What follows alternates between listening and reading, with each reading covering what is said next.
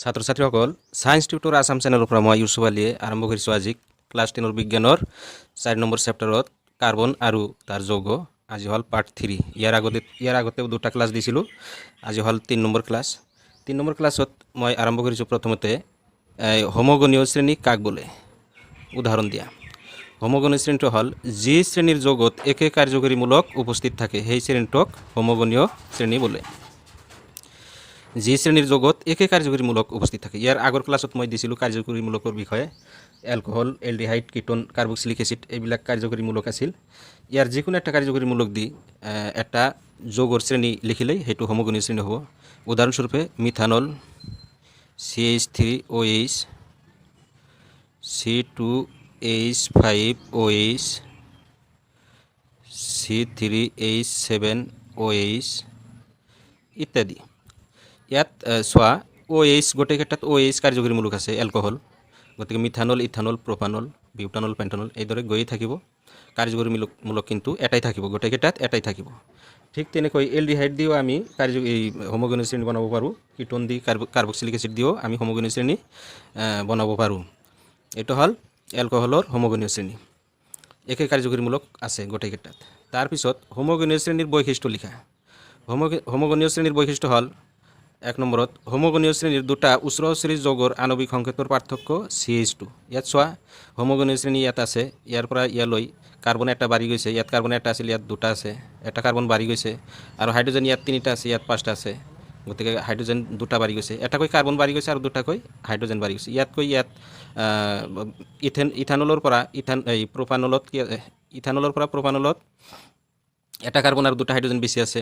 ইথানলতকৈ প্ৰপানলত এটা কাৰ্বন আৰু দুটা হাইড্ৰোজেন বেছি আছে। ইয়াত কাৰ্বন দুটা আছে, ইয়াত 3টা আছে, এটা কাৰ্বন বেছি আছে। ইয়াত হাইড্ৰোজেন 5টা আছে, ইয়াত হাইড্ৰোজেন 7টা আছে, দুটা কাৰ্বন বেছি আছে। গতিকে আণৱিক সংকেতৰ পাৰ্থক্য হ'ব CH2, এটা কাৰ্বন আৰু দুটা হাইড্ৰোজেন। এইটো হ'ল আণৱিক সংকেতৰ পাৰ্থক্য। ঠিক 2 নম্বৰত আছে যে হোমোগনীয় শ্ৰেণীৰ দুটা ওচৰা ওচৰি যৌগৰ আণৱিক ভৰৰ পাৰ্থক্য 14U, 14। আমি কাৰ্বনৰ পাৰমাণৱিক ভৰ কিমান পাইছিলোঁ?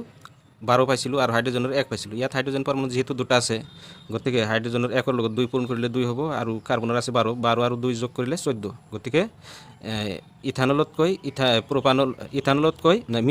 ইথানলত 14 ইউনিট কি আছে, 14 একক আণৱিক ভৰ বেছি আছে।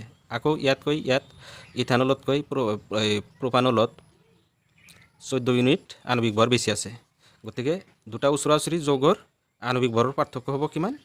14U, 14U। 3 নম্বৰত আছে হোমোগনীয় শ্ৰেণীৰ যৌগবোৰৰ আণৱিক ভৰ বৃদ্ধি হোৱাৰ লগে লগে ইয়াৰ যিহেতু আণৱিক ভৰ বেছি আছে, 14কৈ বাঢ়ি গৈছে, গতিকে আণৱিক ভৰ বৃদ্ধি হোৱাৰ লগে লগে সিহঁতৰ গলনাংক আৰু তুলাংকও বৃদ্ধি হয়। এই তিনিটা হ'ল হোমোগনীয় শ্ৰেণীৰ বৈশিষ্ট্য। তাৰপিছত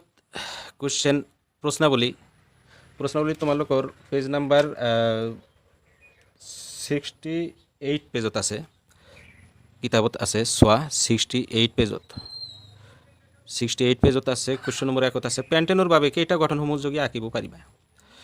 আমি পেণ্টেনৰ বাবে 3টা গঠন সমযোগী আঁকিব পাৰোঁ। 1 নম্বৰত আঁকিব পাৰোঁ নৰ্মাল পেণ্টেন। পেণ্টেনত কাৰ্বন থাকে 5টা, থাকে, আৰু হাইড্ৰোজেন আছে কিমান? 1 2 3 4 5 6 7 8 9 10 11 12টা হাইড্ৰোজেন আছে। এইটো হ'ল নৰ্মাল পেণ্টেন, এন পেণ্টেন।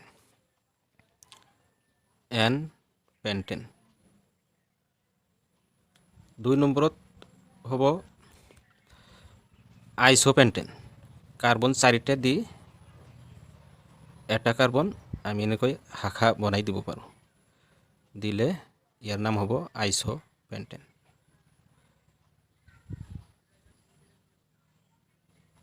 এইটো হ'ব আইসোপেণ্টেন। ইয়াত কাৰ্বন এটা আছে, ইয়াত 3টা হাইড্ৰোজেন দিব লাগিব, ইয়াৰ নাম আইসোপেণ্টেন। 3 নম্বৰত হ'ব নিউ পেণ্টেন। কাৰ্বন এটা লাইনত 3টা কাৰ্বন আৰু ওপৰত এটা কাৰ্বন, তলত এটা কাৰ্বন। প্ৰত্যেকটো কাৰ্বনৰ লগত 3টাকৈ হাইড্ৰোজেন থাকিব।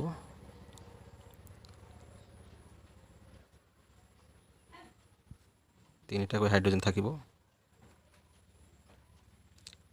ইয়াৰ নাম হ'ব neopentane. Neopentane, neopentane. এই তিনিটা হ'ল পেণ্টেনৰ সমযোগী। তাৰপিছত 2 নম্বৰ কুৱেশ্যনত আছে কাৰ্বনৰ কোন দুটা ধৰ্মৰ বাবে আমি আমাৰ চাৰিওফালে অজস্ৰ কাৰ্বন যৌগ পাওঁ। আমি আগতে পাইছিলোঁ 2 নম্বৰ ক্লাছত, তোমালোকে পাইছা মোৰ যিটো 2 নম্বৰ ক্লাছ আছিল তাতে কেটিনেশ্যন কাকবলৈ দিছিলোঁ। কেটিনেশ্যন ধৰ্মৰ বাবে কাৰ্বনে নিজৰ মাজতে বান্ধনি সৃষ্টি কৰি বৃহৎ সংখ্যক অনুগঠন কৰিব পাৰে। সেইবাবে কাৰ্বনৰ যৌগ অজস্ৰ আছে। তাৰপিছত 2 নম্বৰ ধৰ্ম হ'ল যিহেতু কাৰ্বনৰ যোজ্যতা 4 গতিকে ই আন কাৰ্বন অথবা অন্য একযোজী মৌলৰ পৰমাণুৰ লগত সহযোজী বান্ধনি গঠন কৰি বহুতো যৌগ গঠন কৰে। গতিকে এটা পালোঁ কি কেটিনেশ্যন ধৰ্ম। কেটিনেশ্যন ধৰ্মৰ বাবে কাৰ্বনে নিজৰ মাজত বান্ধনি সৃষ্টি কৰি বৃহৎ সংখ্যক অনুগঠন কৰিব পাৰে। আৰু 2 নম্বৰ হ'ল যিহেতু কাৰ্বনৰ যোজ্যতা 4 গতিকে কাৰ্বনে আন কাৰ্বন পৰমাণু নাইবা অন্য একযোজী মৌলৰ পৰমাণুৰ লগত সহযোজী বান্ধনি গঠন কৰি বহুতো যৌগ গঠন কৰে। এই দুটা ধৰ্মৰ বাবে আমি আমাৰ চাৰিওফালে অজস্ৰ কাৰ্বন যৌগ পাওঁ। তাৰপিছত 3 নম্বৰ কুৱেশ্যনত আছে কি চাইক্লোপেণ্টেনৰ সংকেত আৰু ইলেক্ট্ৰনীয় বিন্দু গঠন লিখা। চাইক্লোপেণ্টেনত কাৰ্বন থাকিব কিমান? চাইক্লোপেণ্টেনৰ সংকেত হ'ব কাৰ্বন 5টা আৰু হাইড্ৰোজেন 10টা। চাইক্লো শব্দটো থাকিলে কাৰ্বনৰ দুগুণ হয় হাইড্ৰোজেন। পেণ্টেনত যিহেতু কাৰ্বন 5টা থাকে গতিকে চাইক্লোপেণ্টেনত কাৰ্বন 5টাই থাকিব, হাইড্ৰোজেন 10টা থাকিব। আৰু ইয়াৰ গঠন হ'ব গঠন নহয় ইলেক্ট্ৰন বিন্দু গঠন। ইলেক্ট্ৰন বিন্দু গঠন। কার্বন 5টা আছে,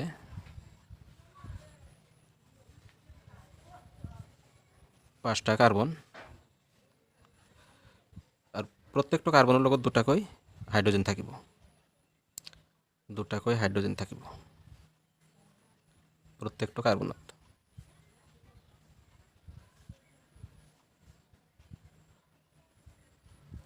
আমি জানো যে হাইড্রোজেনের ইলেকট্রন বিন্যাস 1, গতিকে এটা ইলেকট্রন এটা বিন্দু দিব লাগিব, প্রত্যেকটা হাইড্রোজেনত এটা বিন্দু দিব লাগিব। আর কার্বনের যোজ্যতা 4, কার্বনের বহির্তম কক্ষত 4টা ইলেকট্রন থাকে, গতিকে এইফালে একটা, এইফালে একটা, এইফালে আর এইফালে একটা, 4টা হল। এই কার্বনত তেনেকুৱা 4টা ইলেকট্ৰন দিব লাগিব, ইয়াতো 4টা, এই কাৰ্বনতো 4টা, ইয়াতো তেনেকুৱা। এটা হ'ব সাইক্লোপেন্টনৰ ইলেকট্ৰন বিন্দু গঠন। তাৰপিছত 4 নম্বৰ কুৱেশ্যন আছে তলত যৌগবোৰৰ গঠন আঁকি দেখুওৱা। ইথানোইক এচিড, ব্ৰমোপেণ্টেন, বিউটানন আৰু হেক্সানেল। ইথানোইক এচিড 1 নম্বৰত আছে ইথানোইক এচিড। ইথানোইক এচিড আমি কাৰ্বক্সিলিক এচিডৰ কাৰ্যকৰীমূলক পাইছিলোঁ COOH, এইটো কাৰ্যকৰীমূলক পাইছিলোঁ। কিন্তু ইথেনত 2টা কাৰ্বন থাকে, ইয়াতে একটা কাৰ্যকৰীমূলকত একটা কাৰ্বন আছেই, আৰু একটা কাৰ্বন দি আৰ তিনিওফালে 3টা হাইড্ৰোজেন বহাই দিলে ইথানোইক এচিড হৈ গ'ল। তাৰপিছত 2 নম্বৰত আছে ব্ৰোমোপেন্টেন। পেন্টেনত কাৰ্বন থাকে 5টা, 5টা কাৰ্বন থাকে।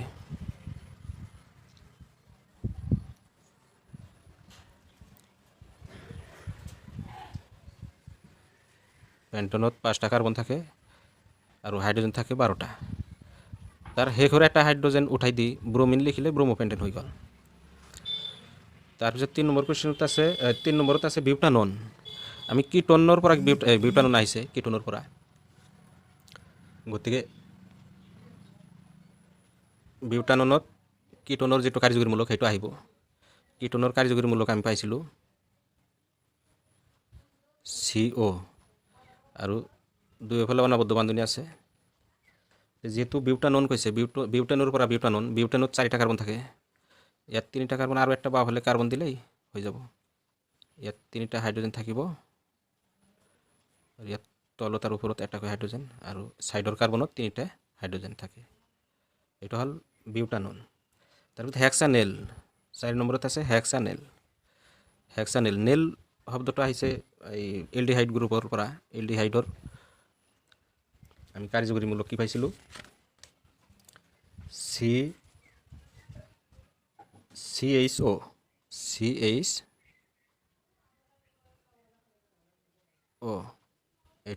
এইটো আছিল এলডিহাইডৰ কাৰ্যকৰীমূলক। এতিয়া হেক্সানেল যিহেতু এইটো কাৰ্বন 6টা হ'ব, হেক্সানেলত কাৰ্বন 6টা হ'ব, এটা আছেই আৰু বাকী 5টা কাৰ্বন দিব লাগিব। 1 2 3 4 5 6। এতিয়া কাৰ্বনৰ তলে ওপৰে এটাকৈ হাইড্ৰজেন দিব লাগিব, দিলে হেক্সানেল হৈ গ'ল।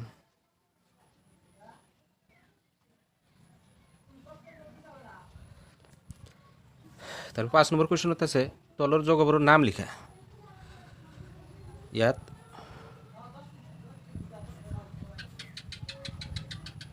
কাৰ্বন কেইটা আছে? দুটা, 1 2 দুটা, গতিকে ইথেনৰ পৰা আহিছে। এইটো লগত ব্ৰমিন আছে, গতিকে ব্ৰমো ইথেন। ইয়াৰ নাম হ'ল ব্ৰমো ইথেন। 2 নম্বৰত CHO, এইটো এলডিহাইডৰ পৰা আহিছে, নেল উচ্চাৰণ আহিব, গতিকে কাৰ্বন এটা আছে মিথেনৰ পৰা, মিথানেল। আৰু 3 নম্বৰত 1 2 3 4 5 6টা হেক্সাইনৰ পৰা আহিছে, গতিকে 3টা বান্ধনী আছে, গতিকে হেক্সাইন, এলকাইন গ্ৰুপৰ পৰা আহিছে, এইটো হেক্সাইন হ'ব, হেক্সাইন।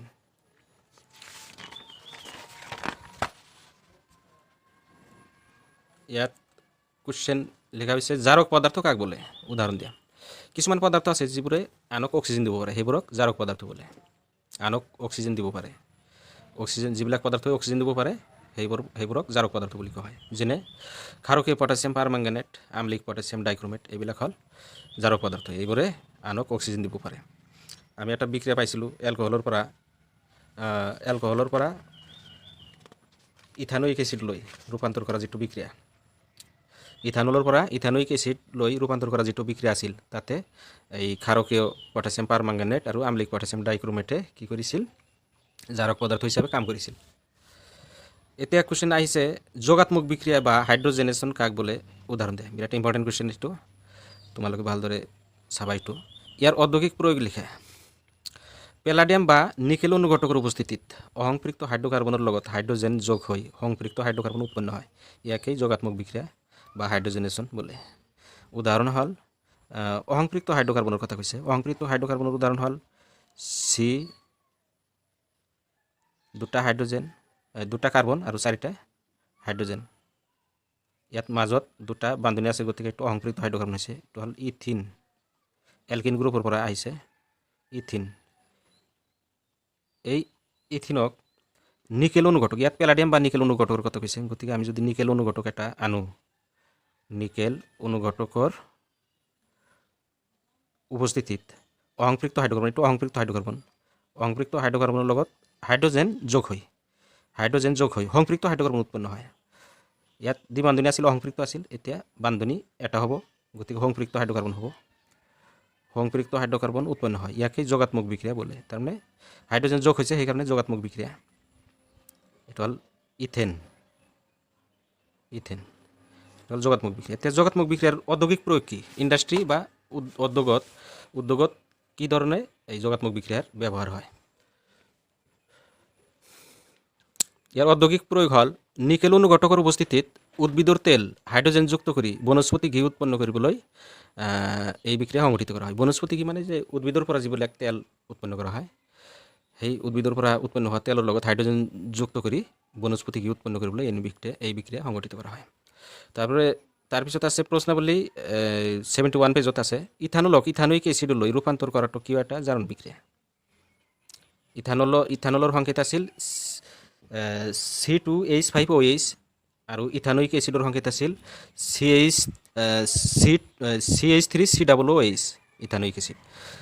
ইথানলতকৈ ইথানোইক এচিডত এটা অক্সিজেন পৰমাণু কি থাকে? বেছি থাকে। ইথানলতকৈ ইথানোইক এচিডত এটা অক্সিজেন পৰমাণু কি থাকে? বেছি থাকে।